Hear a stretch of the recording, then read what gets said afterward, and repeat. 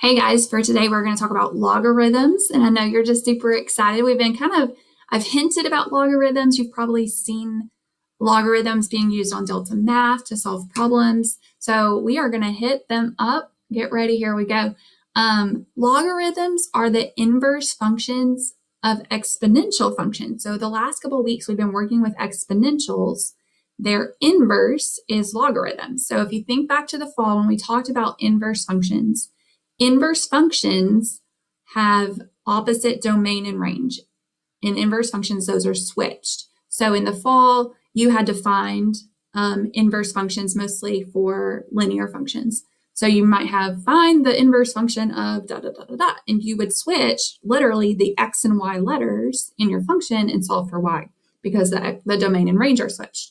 They're like similar cousins. They're related to one another, but obviously they have opposite domain and range. Okay, so same situation here. You had exponential functions, and now we have logarithms. They are related. They have similar things, but their domains and ranges are switched. And also when we're solving, they undo each other. So in those exponential functions, now we can talk about using logarithms to solve those exponential equations. All kinds of good stuff. All right, so get ready. Here we go. So first thing is you read log base b of x as log base b of x. So this little guy right here is our base in a logarithm. There's usually a number there, and that's how you read it. So here you have your basic layout for a logarithm function. Y equals a. So that a value is like a coefficient, just like all our other functions. It can be negative and flip. It can be a number and stretch. It could be a fraction and compress. You can do all kinds of movements and transformations that way. Log base b, like I said, usually b, there's a number right there, of x minus h. So sometimes there's a minus h, usually not, but we're going to talk a minute about transformations. And then plus k. The k can move it up or down. If the log does not have a base, if there's no number there, then it's understood to be 10. This is a question that comes up a lot with students because we'll see these a lot. So if it's log base 10 of x, we'll just keep it simple. I can write that as just log blank of x. On our calculators, on the Inspire, when we hit our log button, it is going to give us a little baby box for our base and then a big box for like the rest of our function. If we leave that blank, and we can, it's going to know that we just want it to be a 10. Okay, so good things, all kinds of good things. The next statement here, if I have a base e logarithm, we talked about e being a mathematical number like pi. If you have base e logarithms, those are actually denoted by ln, which stands for natural logarithm. Now, why they used ln for natural logarithm, I don't know. Shouldn't it be nl? I don't know. We don't usually see these in our problems, but just in case we do, if we do see an ln, it means that I had a logarithm with a base e. Okay. Just some definitions and some things to lay down before we get started. Logarithms, since they are inverse functions of exponential functions, they are going to have a vertical asymptote. So if you think back to exponentials, they had a horizontal asymptote that their graph got closer and closer and closer to. Logarithms have a vertical that it's going to get closer and closer and closer to. And that number is going to be x equals h, whatever your h value is. Now remember, the h up here is the opposite sign. So if it was y equals log 5, I'm making this up, then I would have a vertical asymptote at -3. Remember, those inside parentheses are opposites. All right, we are going to go and use the calculator, graph each function below, and state the transformations, domain, range, and asymptotes. I just want to look at these really quick, review transformations, because transformations are a common question on benchmarks and things like that, and they do apply to all of your functions. You do not have practice about this on Delta Math, but this is something I want to take a minute and just look at. Show you what logarithms look like on the graph, look at our transformations, domain, range, asymptotes. So let me go to the calculator. All right, I am going to use a new document. No, I don't want to save. Thank you very much. I'm going to add graphs. For this first one, it's y equals -2 log base 2 of x minus 1 minus 2. So what I actually want to do is I'm going to graph the logarithm base 2 of x. I'm going to graph like a parent function version of this just to show you, because we haven't even looked at logarithms yet, what a logarithm even looks like. So I'm going to, what did I say? Logarithm. So logarithm button on your calculator is a light blue control function of 10x. So right down here, I'm going to do control logarithm. Notice it gave me a little baby box for my base of 2.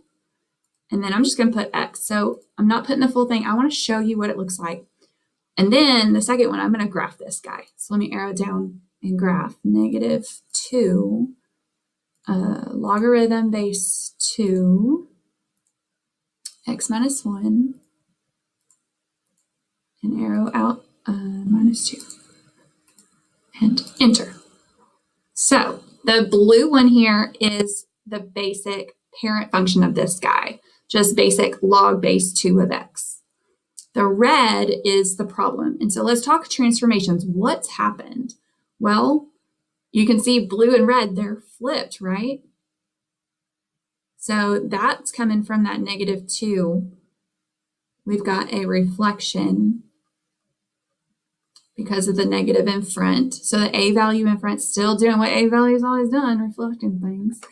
Also, it's hard to see, but if I flipped it, it's also been stretched because of that too. Okay, so just that a piece has done a lot. Let's look at, what about the inside of the parentheses, x minus 1? Well, it's moved it, and it's hard to see, but you do have this on the blue is like the parent, and it was sitting right there on the y-axis, and now it's shooting up because it's been reflected at 1.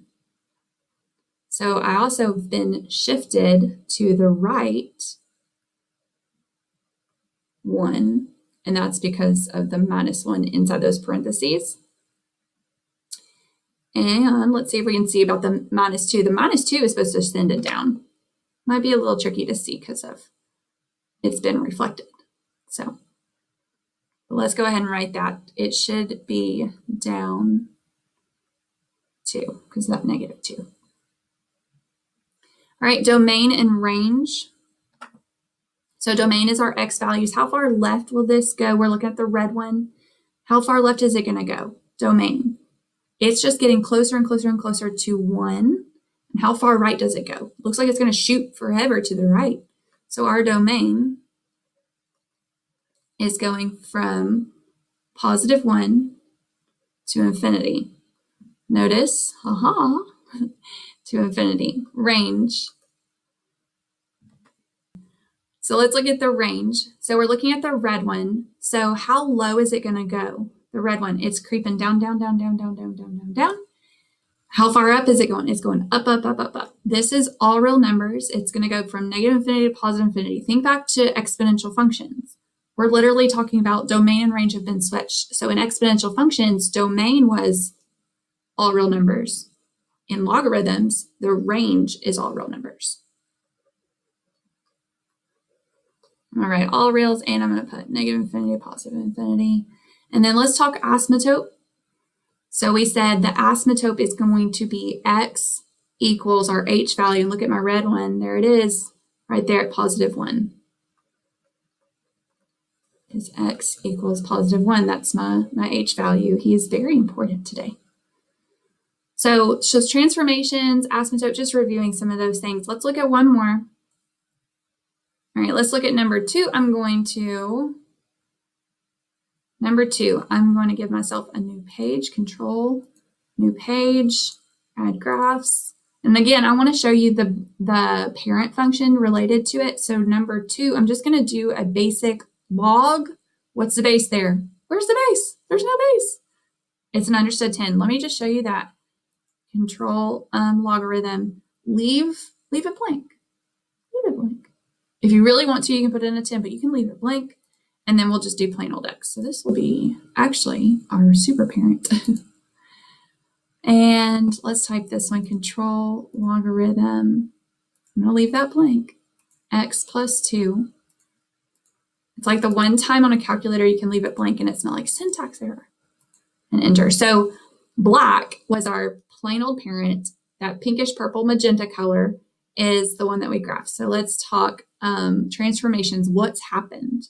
Well, the plus 2 inside made it go left 2. That's pretty clear. And the plus 4 at the end made it go up. So very straightforward, very easy. Transformations, we had left because of the plus 2, and we had up because of the plus 4. Good stuff, good stuff. What about domain and range? Domain, looking at the pink one, how far left will it go and how far right will it go? It looks like it's going to only go as far as 2 on the x values and far right forever. So domain from 2 to infinity. Or was that -2? -2. Sorry about that. Range, how low will it go? How high will it go? Our range is all real numbers. It's going to go down infinity and up infinity. You can put negative infinity to positive infinity. And then our asymptote should be x equals -2. Let's look.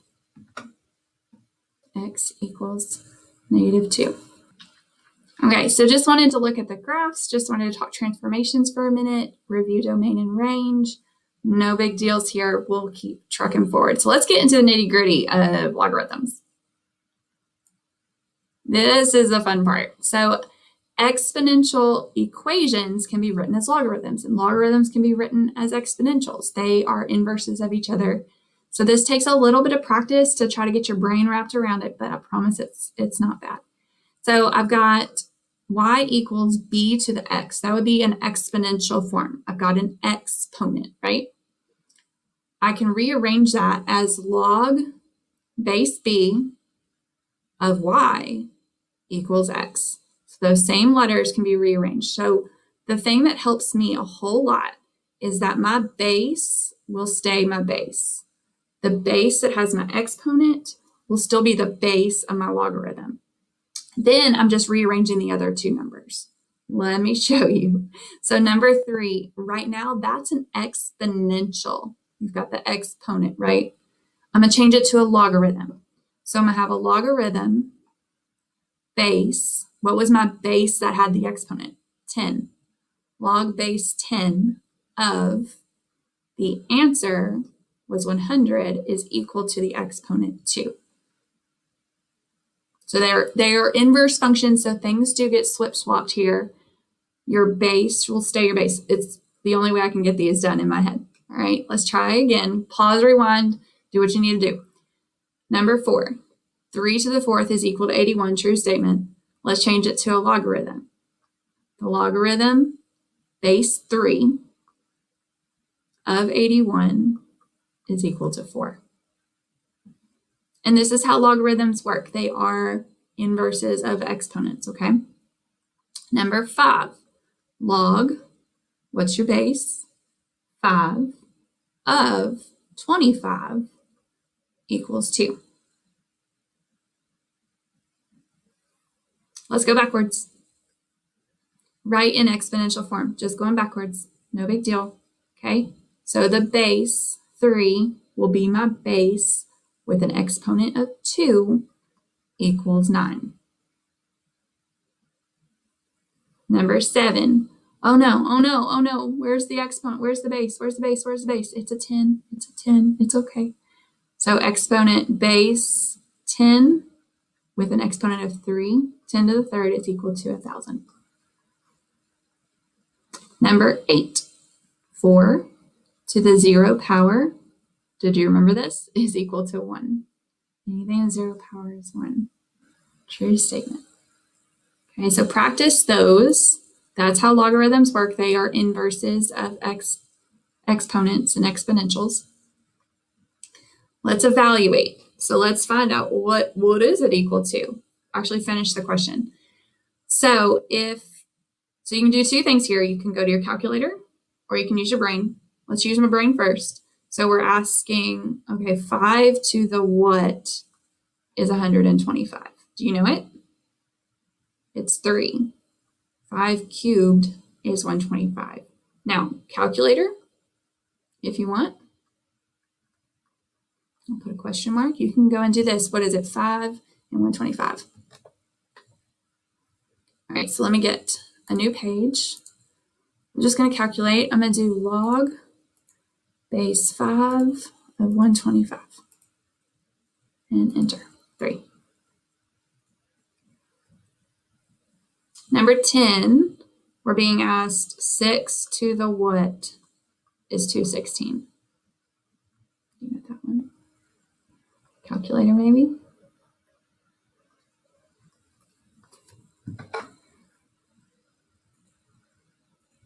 Logarithm of 6 to 16.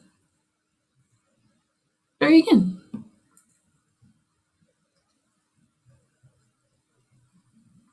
I guess I should write these as my answers. 3. Number 11, 2 to the what is 256.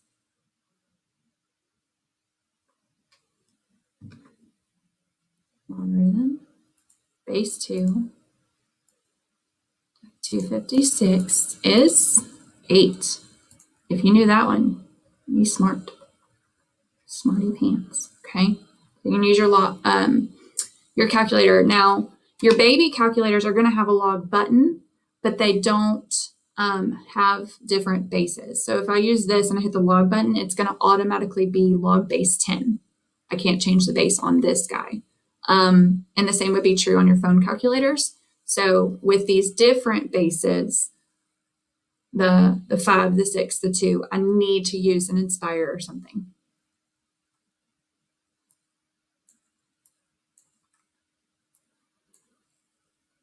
All right, let's talk about properties of logarithms. So to me, these are the strange rules of logarithms. Logarithms are already weird. Logarithms, I compare them to Chinese.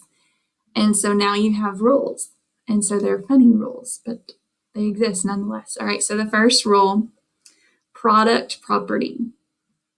If I have 2 logarithms, they have to have the same base, and they're adding, then I can write it as a single logarithm multiplying. Second rule, quotient. If I have 2 logarithms, same base, that are subtracting, I can rewrite it as a quotient, as division. Simplify, condensing. Instead of having 2 logarithms, I'm making it smaller, making it easier. All right, and the third one, which I think is super weird, the power property, which says if I have a variable in front, if I have a constant in front, if I have an n in front, I can move it to the exponent.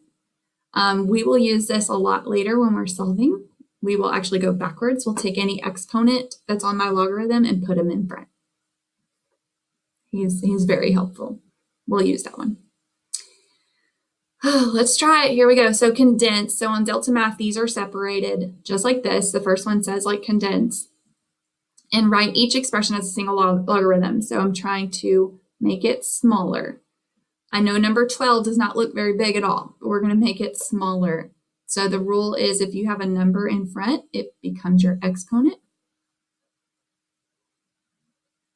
And these are straight from Delta Math. They'll look just like this. So I rewrote it as log base b 7 squared actually evaluate it to 49 and call it a day. Number 13, I'm adding. So I'm going to use that product rule that says I can make this into a multiplication problem. Ooh, I have a 2 in front. Let me do that one first. So let me bring him to the exponent. Logarithm, I'm going to show my steps here for you. Base b of 7 plus, I'm going to make this logarithm base b 2 squared, which is 4, if you want to change that. All right, so let's make the addition into multiplying. So log base b of 7 times 4. Just trying to show all my steps here. So I'll have log base b of 28. Done. Weird. I know, very weird. 14, I got a 3 in front. Let me make that an exponent. Log base b of 2 cubed. 2 times 2 is 4. 8. Log base b of 8 minus log base b of 4. If they're subtracting, I can make it into one single division, which means I'll have log base b of 2. Okay. Review those, try those. All right. 15, expand. So go backwards from what we were just doing. Now go backwards, make it bigger. Expand the logarithm fully using properties of logs. Express the final answer in terms of log x and log y. All right, number 15, the log of 2x to the 5th. Now be careful here. This exponent is stuck to who? The x, just the x, okay? So let's actually separate them first. 2 and x to the 5th are multiplying. I'm going to write it as addition. Log of 2 plus log of x to the 5th. And I bring that up because now I'm going to use that power rule and move that 5 in front. Log of 2 plus 5 log of x. Done. 16, it's dividing. So I can change division to 2 subtraction logarithms. Log x to the 5th minus log y. And then again, I've got an exponent here. I'm going to move it in front. 5 log of x minus log y. Done. A loggy. A log y is a loggy. Number 17, you got 2 things multiplying right there. So I'm going to make it addition. Log of x to the 4th plus log y to the 5th. Move those exponents in front. It's weird. It's like doing Chinese. Strange math rules. But I got 4 log x plus 5 log e. Log y. I'm kidding. All right, so there is your first lesson. Your Delta math is going to be evaluating, like at the bottom of the notes, and then expanding and condensing like that last part there. They are a little strange. They are a little weird. Let me know if you have any questions. I'll be glad to help.